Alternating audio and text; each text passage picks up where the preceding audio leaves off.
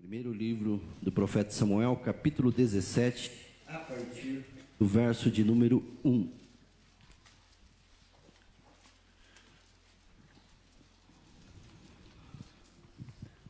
Para quem está sem Bíblia, vai ser projetado ali. Amém, está projetado. 1 Samuel, capítulo 17, a partir do verso 1, diz o seguinte: Os filisteus reuniram seu exército para a batalha e acamparam em Éfes-damim, entre Socó, em Judá, e Azeca. Em resposta, Saul reuniu as tropas israelitas perto do vale de Elá. Assim, os filisteus e os israelitas ficaram frente a frente em colinas opostas, com o vale entre eles. Então Golias, um guerreiro filisteu de Gate, saiu das fileiras do exército filisteu. Ele tinha 2,90 metros de altura, usava um capacete de bronze e vestia uma couraça de escamas de bronze que pesava 60 quilos. Também usava caneleiros de bronze e carregava no ombro um dardo de bronze. A haste de sua lança era pesada e grossa, como o eixo de um tear, e a ponta de ferro da lança pesava cerca de 7 quilos. Seu escudeiro caminhava à frente dele, e Golias parou e gritou para as tropas israelitas: Por que saíram todos para lutar? Eu sou filisteu e vocês são servos de Saul. Escolha um homem para vir aqui e lutar comigo. Se ele me matar, seremos seus escravos, mas se eu o matar, vocês serão os nossos escravos. Desafio hoje os exércitos de Israel, que mandem um homem para lutar comigo.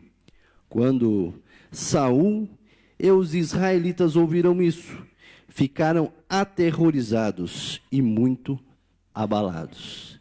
Queridos, feche os teus olhos nesse momento. Converse com o Senhor para que nesse momento Ele possa ministrar aquilo que você está necessitando ouvir e não o que deseja. Deixe que o Espírito Santo do Senhor trabalhe em você para que através de você grandes coisas possam acontecer. Pai querido, obrigado por esse tempo. Nós declaramos há pouco aqui que em Jesus amigo temos mais chegados que um irmão, e isso é verdade. Ele está aqui, e é o nome dele que nós queremos anunciar nessa manhã.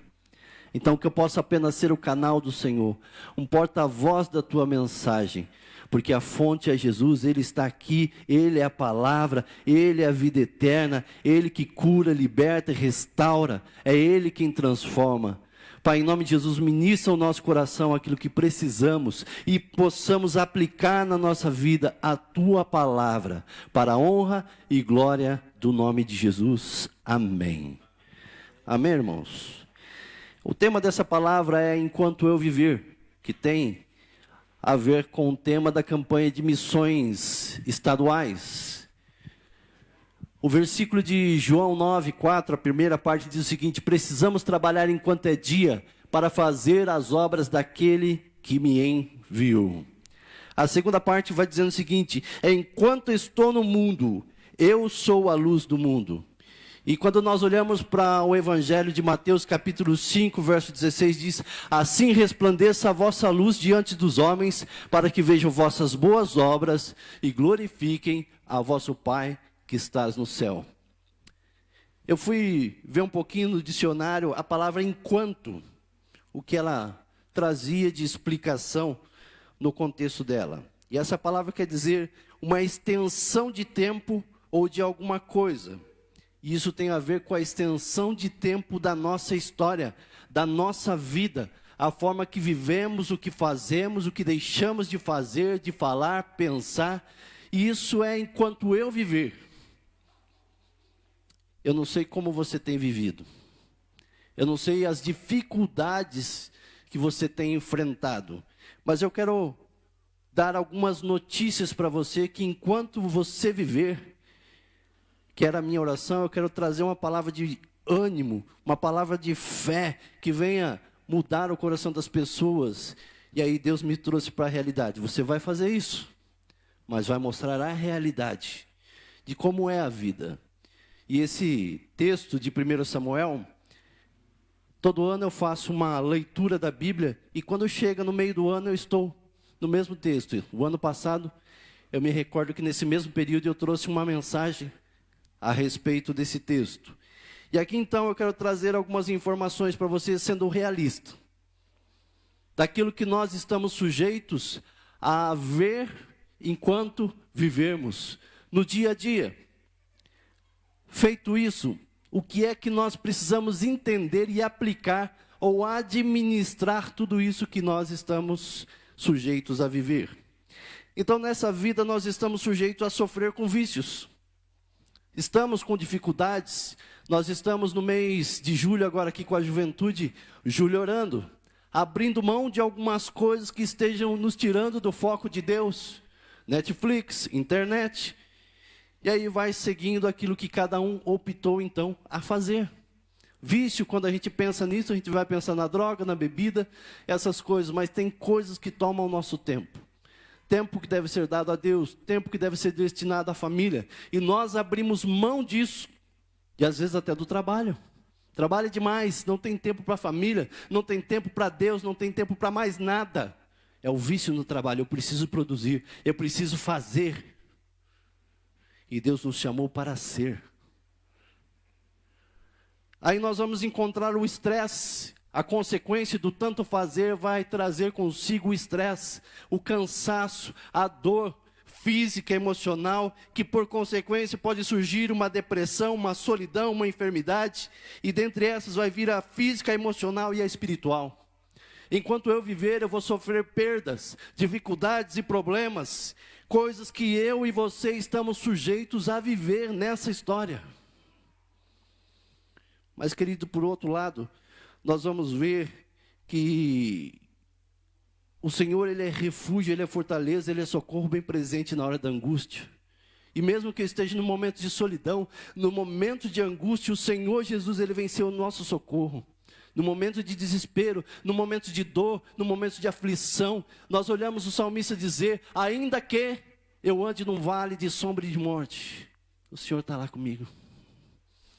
Ele me leva a pastos verdejantes, e Ele começa a tratar algumas coisas. Nós vamos ver que Ele é conforto, que no momento de adversidade, Ele é o refúgio, Ele é a fortaleza. Ele me liberta, Ele me salva, Ele me cura, Ele me concede alegria através do Espírito Santo que hoje habita em mim. E enquanto eu viver, eu preciso compartilhar desse Jesus, desse Espírito Santo, da palavra de Deus, para que eu não venha a ser aquilo que eu era.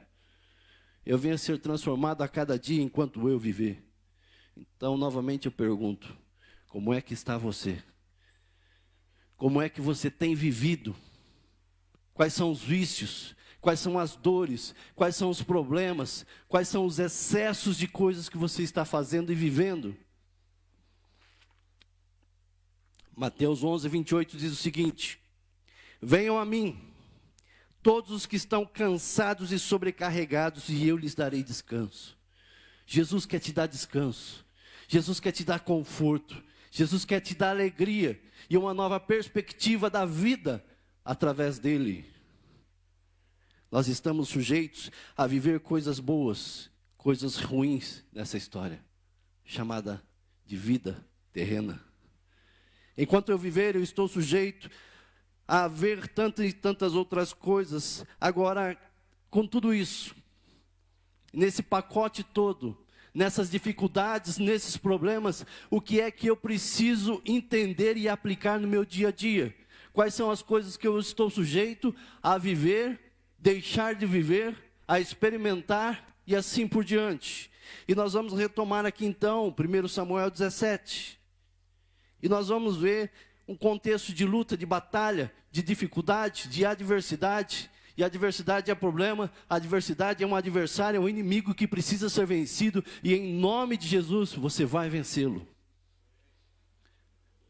O que é que nós devemos fazer, viver, experimentar? O que eu preciso abandonar? O que eu preciso hoje praticar para experimentar de Deus o melhor dessa terra e nessa terra?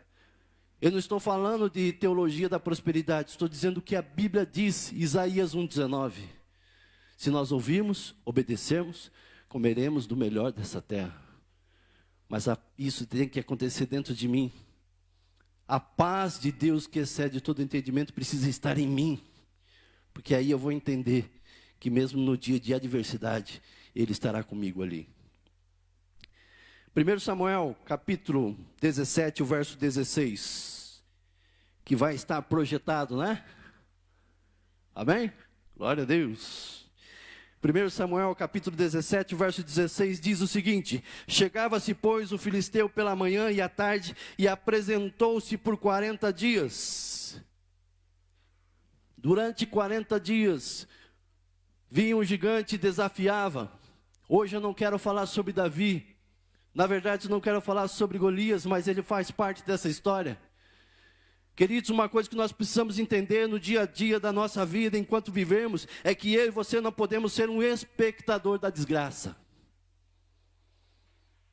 E esse povo ficou durante 40 dias, o exército, um rei, olhando um inimigo, vindo e zombar e dizer, e desafiando: se um de vocês vierem lutar comigo, seremos seus escravos.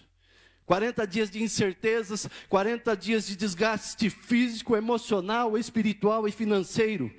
40 dias onde as famílias estavam sem saber: o meu esposo vai voltar para casa, o meu filho que está nessa batalha vai voltar para casa.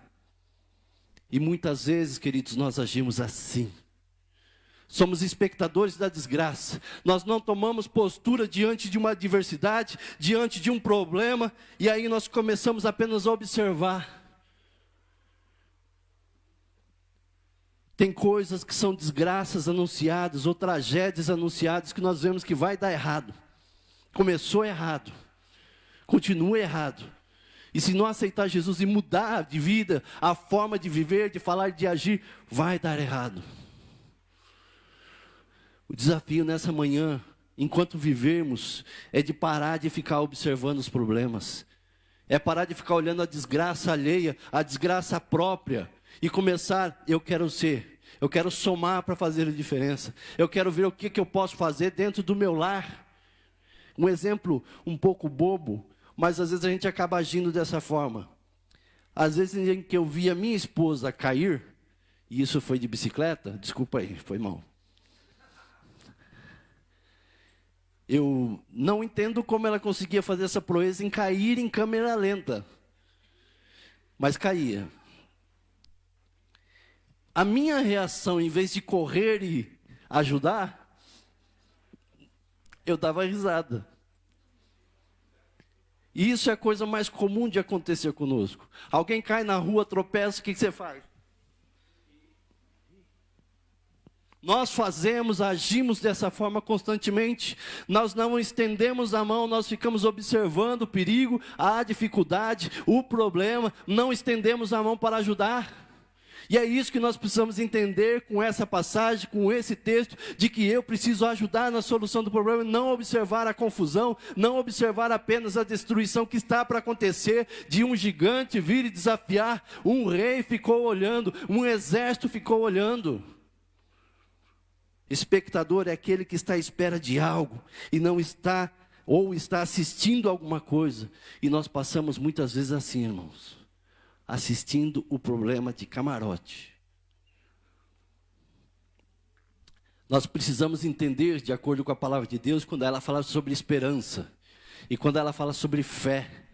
A Bíblia diz que fé é a certeza daquilo que nós não podemos ver, mas vai acontecer. A esperança, de acordo com a origem da palavra, ela é uma expectativa, pode acontecer. E é exatamente isso que esse povo faz durante 40 dias. O texto não mostra que eles pararam: vamos buscar ao Senhor, vamos falar com o profeta, vamos consultar aqui as pedras que eles utilizavam no passado lá, o Urim e o Tumim. Eles não fizeram nada disso, eles ficaram observando diariamente aquele problema que precisava ser solucionado. Ficavam na expectativa de que talvez os filisteus viessem a dizer: cansamos de ficar olhando, nós vamos embora. Meu querido, nessa manhã você precisa entender que você precisa ter uma participação na solução do problema, que talvez esteja acontecendo com você, dentro do teu lar, dentro da igreja, fora da igreja, nessa nação. Quem apenas observa a vida contempla o fracasso, ou talvez vai contemplar o sucesso de outro. É isso que acontece com Saul. Davi vai chegar na história e os irmãos já conhecem todo o restante. Como eu disse, não quero falar de Davi. Hoje, pare de ficar na expectativa. Coloque a sua fé em ação, porque a Bíblia diz que a fé sem obras, ela é morta. Uma segunda lição que eu encontro nesse texto, encontra-se no verso de número 11. Diz o seguinte: ouvindo então Saul e todo Israel essas palavras do filisteu, espantaram-se e temeram muito. Algumas vezes nós estamos nos preocupando com coisas que ainda não aconteceram, e aqui estava acontecendo, mas nós ficamos apenas observando, quando Deus traz uma coisa que nós precisamos aplicar na nossa vida, que é, esteja de prontidão para a solução. Esteja pronto para agir, esteja pronto para lutar, esteja pronto para enfrentar a dificuldade que está surgindo, dentro, fora de casa, onde quer que nós estejamos inseridos, nós precisamos fazer alguma coisa. Primeira coisa, buscar a Deus. A segunda coisa você vai ter que fazer. Ou é esperar, se Ele assim disser, ou agir no momento assim que Ele disser, agora você vai ter que ir. Quando nós começamos a olhar para as Escrituras, Deus vai trazer o direcionamento. A hora de fazer, deixar de fazer. Há tempo para todas as coisas. E algumas vezes nós mudamos a ordem cronológica das coisas. E assim queremos agir quando Deus manda esperar. E quando Deus manda agir, nós ficamos apenas em expectativa. Uma coisa que eu observei nesse texto, e talvez esteja acontecendo com você. Eu vi que Golias, ele vinha e trazia o desafio. Israel não precisava aceitar o desafio dele. Era um povo inimigo, era um povo que queria escravizar aquela nação. Golias chega, faz o desafio e eles ficam ali os 40 dias observando. Estão atentos ao que ele está dizendo, estão atentos e ficando com medo do que ele estava dizendo. Mas uma pessoa, quando ela tem a certeza de que Deus mandou fazer, que não era o caso de Saul, porque se você vai acompanhar a história, um pouco antes ele é rejeitado. Mas eu creio num Deus de misericórdia. Tanta é a misericórdia de Deus que Ele envia lá um adolescente para lutar, chamado Davi. Você não tem que dar ouvidos à voz de Satanás ou dos mensageiros de Satanás. Esse povo, esse rei, esse povo devia ter dito o seguinte: que lutar com você sozinho o quê? Não sou bobo? Prepara aí, vamos enfrentar, ou vai.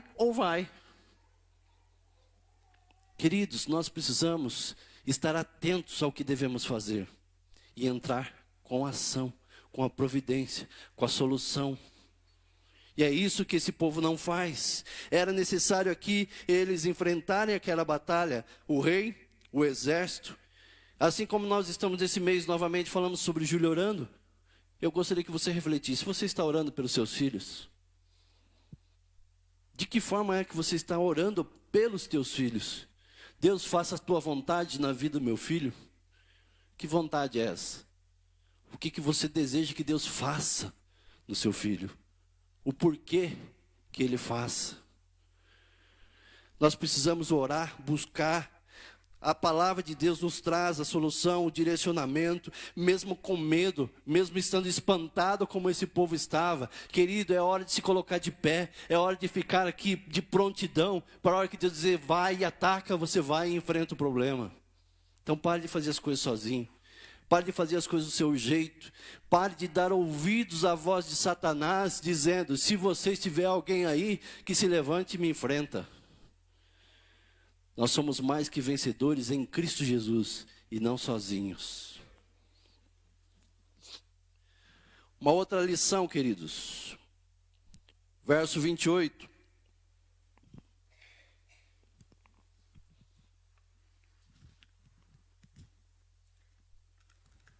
Verso 28 diz o seguinte: e ouvindo Eliabe, seu irmão mais velho, falar aqueles homens, acendeu-se a ira de Eliabe contra Davi, e disse, por que desceste aqui com quem deixastes aquelas poucas ovelhas do deserto?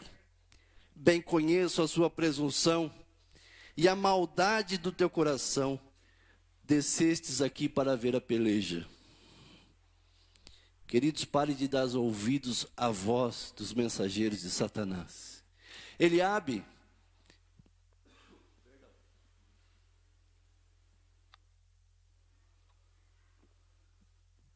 é o irmão mais velho de Davi.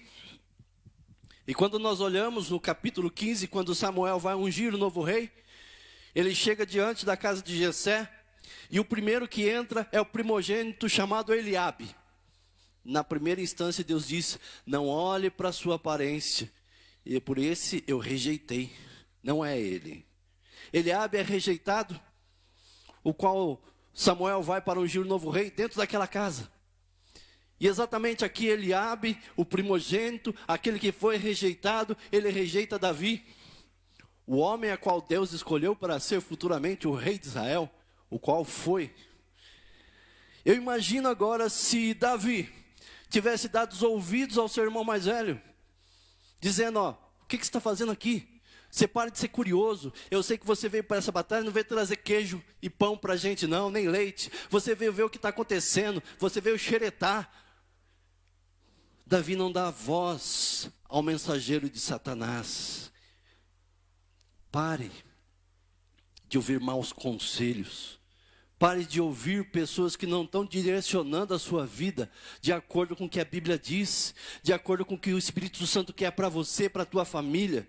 E muitas vezes é isso que nós fazemos, e nós começamos a ouvir, porque a Bíblia diz que na multidão de conselhos há sabedoria, e isso é fato, mas depende de quem é que você vai ouvir os conselhos, que talvez você está ouvindo o mensageiro de Satanás. Irmãos, Eliabe, ele quer destruir o projeto de Deus porque ele foi rejeitado. E creio que em muitos momentos da nossa vida nós fomos rejeitados em alguma coisa. Eu já citei vários fatos da minha infância, e até um bobo também é que assim, eu sempre quis jogar bola. Eu não tinha habilidade, eu não tinha estrutura física para tal, e por aí vai. Eu nunca fui selecionado para jogar futebol quando separava os times. Eu era a última opção, só para completar o time. Ninguém tocava a bola, porque eu não sabia jogar.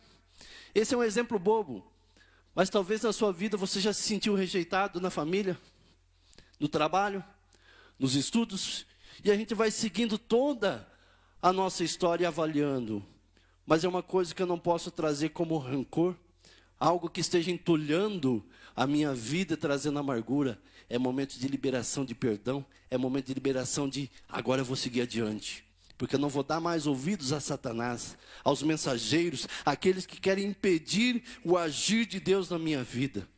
Nessa manhã, querido, comece a rejeitar tudo aquilo que foi dito contra você, porque a Bíblia olha para você dizendo que você, o mundo, nossa vida, nossa alma vale mais que o mundo todo. Você tem importância para Deus. Foi por isso que Jesus morreu na cruz por mim e por você. Nós não estamos aqui por acaso.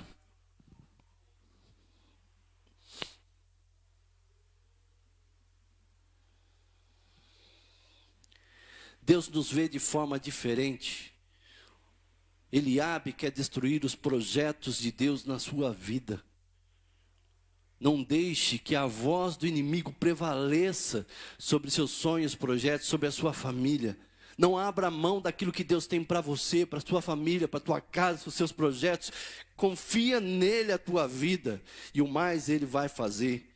Lucas 11, 28 diz o seguinte: antes, felizes são aqueles que ouvem a palavra de Deus e lhe obedecem. Nós precisamos entender que enquanto nós vivermos, nós precisamos obedecer à voz de Deus e não à voz do inimigo, não à voz do conselheiro, não à voz de tal, mas sim aquilo que a Bíblia diz que deve ser e deixar de ser. Jesus, porém, respondeu ainda: mais felizes são os que ouvem a palavra de Deus e a praticam. Nós precisamos praticar, não apenas ouvir. 1 Samuel, capítulo 17, do verso 25. diz o seguinte: e diziam os homens de Israel: vistes aquele homem que subiu? Pois subiu para afrontar a Israel. Há de ser, pois, que o homem que o ferir, o rei o enriquecerá de grandes riquezas, e lhe dará sua filha, e fará livre a casa de seu pai em Israel. Querido, eu quero dizer para você nessa manhã, que se você ouvir a voz de Deus, se você ouvir e praticar aquilo que Deus diz para você fazer, viver e experimentar, a recompensa para você. Davi, nessa curiosidade, naquilo que vai acontecer, ele chega ali, ele começa a perguntar: mas o que vai acontecer com quem enfrentar esse gigante, derrubar esse gigante, acabar com esse gigante, acabar com o exército que está lá? Vai acontecer alguma coisa? Além da gente ser livre, além da gente não ter mais o inimigo batendo a nossa porta, além de não viver na expectativa de que se algo vai acontecer ou não vai acontecer, vai ter alguma coisa? Sim. Vai casar com a filha do rei? Vai ficar rico? Não vai pagar mais impostos? A sua família vai viver bem. A recompensa. E eu não estou falando nesse nível financeiro. Há uma recompensa de viver um casamento abençoado, uma família abençoada, um trabalho abençoado, uma igreja abençoada. Mas a igreja tem que ser abençoada, pastor, com toda certeza. Mas nós vivemos em conflitos algumas vezes. Nós vivemos incertezas. Que igreja que está pregando a palavra da verdade? Queridos, nós precisamos abandonar muitas coisas da nossa vida nesse processo do enquanto eu viver. Há recompensa para quem decide lutar. A minha oração é que eu e você possamos decidir lutar. Ontem eu citei uma pequena frase que aprendi em Curitiba, usei em Andirá, e eu quero dizer para você: a minha fé, somada com a sua fé, somada com o poder de Deus, o resultado é de milagres, irmãos. Nós precisamos aprender a dobrar os joelhos, não só no julho orando, é janeiro orando, fevereiro orando, março orando, e vai seguir a vida toda aí orando, porque deixar Deus fazer e não você. Você vai ser a ferramenta, um instrumento, o veículo do qual Deus vai usar para fazer, assim como foi através da vida de Davi. E poderia ter acontecido na vida de todo esse exército. Falar assim: eu não quero saber se é para lutar com o gigante, eu quero enfrentar essa batalha porque eu quero ver o meu filho, eu quero ver a minha família, eu quero voltar para casa, eu quero comer, quero me alimentar, eu não quero viver nessa incerteza. Para isso, meu querido, nessa manhã entenda, você precisa lutar. Há recompensa no final disso tudo. Eu preciso entender que enquanto eu viver, eu terei dias bons e dias maus. Declaramos isso muitas vezes em canções. Mas em todos os dias eu preciso ter uma participação para mudar a realidade, da qual eu sou, com quem estou e para onde eu vou. O objetivo maior dessa igreja, queridos, da liderança dessa igreja, é te conduzir para Jesus. Ela é fazer com que você entenda que você precisa se relacionar com Deus enquanto você viver, conhecer o Deus da palavra e a palavra de Deus, se entregar a Ele. Por isso, participe da EBD, participe dos pequenos grupos, se envolva em movimentos de oração, para deixar Deus agir na sua vida e através da sua vida.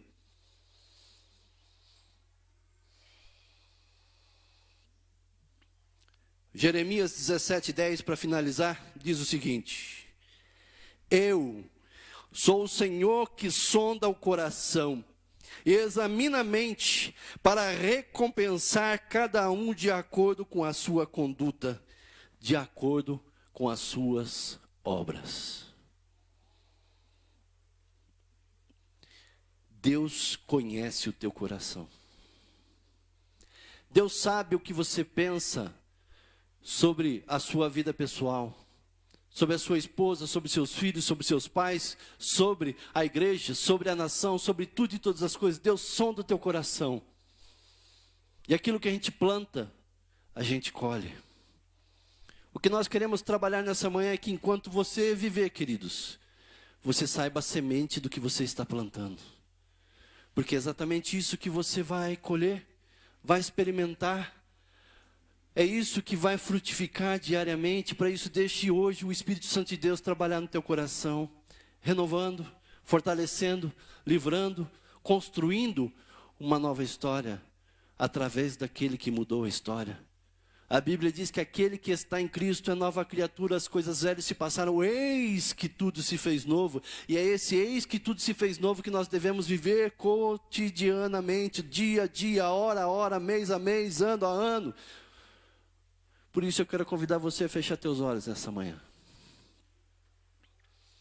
Independente da batalha que você está vivendo, da adversidade, daquilo que falamos, pensamos, agimos, ouvimos, das atitudes que tomamos, deixamos de tomar, há recompensa para quem decide lutar. Deus recompensa a sua fé, Deus recompensa o que você faz, o que você deixa de fazer. Então, nesse momento, querido, deixe de dar ouvidos aos mensageiros de Satanás, esteja de prontidão com a solução, dizendo: eu não quero saber se é para lutar sozinho, eu quero chamar Deus para a minha batalha, eu quero enfrentar o inimigo, não quero viver uma vida de incertezas, e sim de certeza. Não seja o espectador da desgraça. Como é que está o teu coração? A tua família, os teus projetos, o que tem sido prioridade para você? Meu Pai, em nome de Jesus, tua palavra diz que aquele que começou a boa obra em nossa vida há de completar até o dia de Cristo Jesus. E esse Jesus está aqui. Aquele que desceu, viveu entre nós. Então Ele sabe exatamente como nos sentimos no momento de: eu fui traído. Ele foi traído. Ele foi acusado, ele foi maltratado, ele foi ferido. Ele foi crucificado, ele derramou seu sangue na cruz do Calvário. Ele está aqui porque Ele ressuscitou ao terceiro dia. Ele venceu a morte para nos dar a certeza da vida eterna. Então Ele diz: vinde a mim todos que estão cansados e oprimidos, e eu vos darei descanso. Nessa manhã, meu querido, em nome de Jesus, entenda que Jesus quer te dar descanso para a tua alma, para o teu coração, para a tua aflição, para o teu problema. Então deixa Ele governar você. Deixa Ele trazer novas diretrizes, novos projetos, porque Ele conhece o teu coração, Ele sabe do que você precisa, da forma com que você está vivendo ou deixando de viver. Enquanto essa canção ainda é ministrada, deixa o Espírito Santo tratar com você. A cura para a alma está aqui. Se você sabe a letra, pode cantar aí onde você está mesmo. Se não, você quer acompanhar a letra, está aqui no telão. Mas declare com fé que enquanto eu viver, há muito a fazer. E a cura para a alma vive em mim. Amém? Que a justiça flua como um rio, e o amor seja vestimenta dos que são conhecidos pelo nome do Senhor. Povo santo, quero ser as mãos que trazem cura, saciar aquele que tem fome, ter nos olhos compaixão, mostrar tua graça e perdão que traz a cura, restauração. Há tanto para fazer no mundo ao meu redor, e a cura para a alma vive em mim. Não posso me calar, nem me acovardar, no poder do Espírito proclamarei tua salvação.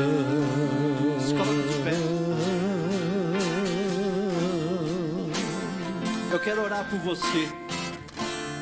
Eu não sei como você chegou, mas o que importa é como você sai. E a minha oração é que você saia cheia da presença do Espírito Santo de Deus, porque a cura para a alma está aqui, ela foi compartilhada nessa manhã, ela vive em mim, em muitos corações dos quais estão aqui nessa manhã. Então feche teus olhos, apresente diante do Senhor a sua vida, a sua família, seus empreendimentos. Deixe Ele completar o que Ele começou em você e através de você, mesmo que muitas vezes você não entenda o que está acontecendo. Meu Pai, em nome de Jesus, obrigado por esse tempo, pela Tua palavra. A cura para a alma vive em mim, se chama Jesus. Esse Jesus compartilhamos aqui, falamos que Ele veio trazer descanso para a nossa alma, que há momentos que nós devemos enfrentar as adversidades que estão no nosso caminho. O Senhor sonda o coração de cada um de nós que aqui estamos.